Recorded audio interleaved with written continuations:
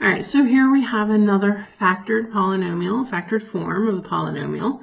We've got f of x equals negative x plus 1 quantity squared times x minus 2 times x minus 3. So when we're figuring out the degree and the leading coefficient, which I should have put on here, right, we'll put it on here now, leading coefficient. So we're figuring out the degree. We're going to say, okay, what happens if we FOIL it out? Do not multiply it out. I've said this enough times, right? If you have something in factored form already, don't multiply it out. You're making your life harder, right? So we would have x squared from that times another x times another x. So that's going to make for an x to the 4th. And don't forget we have that negative there. So we've got negative x to the 4th for our leading coefficient, or leading term rather. All right, leading term. And our degree is 4th degree. So what does that mean about our end behavior? Since it's even, they're both going in the same direction, but since that leading term is negative, it's getting reflected over the x-axis, and we're going to be pointing down for both of them. So we're going to say as x goes to negative infinity, y is going to negative infinity. And as x goes to positive infinity, y goes to negative infinity. You got to make sure you have the right thing there, right? All right, so what are our zeros? We're going to say, okay, any one of the factors is equal to 0. We will have an x-intercept, or a root or 0 of the polynomial. So we're going to have zeros of negative 1, 2, and 3.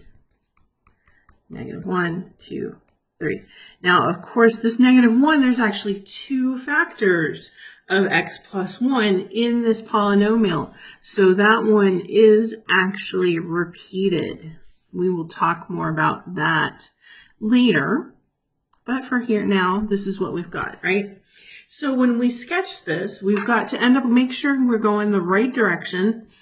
So if we say, okay, I'm coming from the negative y, and I just go through each of my roots, I'm going to be going the wrong direction for x equals positive values, right? So it can't be that. But this is where we say, oh, I got that weird thing with the repeated root, and I know, like, y equals, let's say, x minus 1 squared. That's a parabola, right?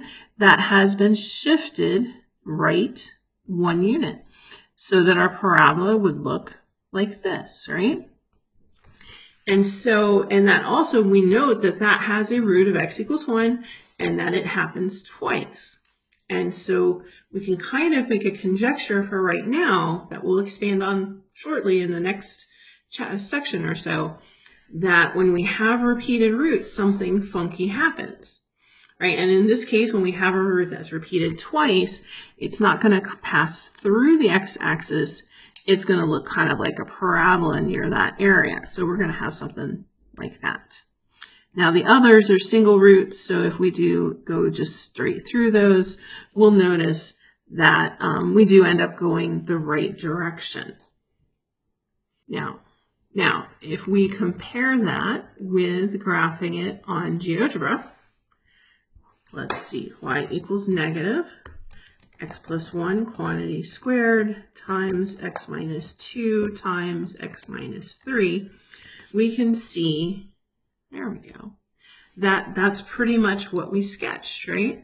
So if I go down here, you can see, yeah, that's pretty much what we sketched. Again, the y-axis scale's not right on it because we didn't do anything to try to match that, but we do have the general shape correct. Okay, so we got one more to go, and that is a word problem.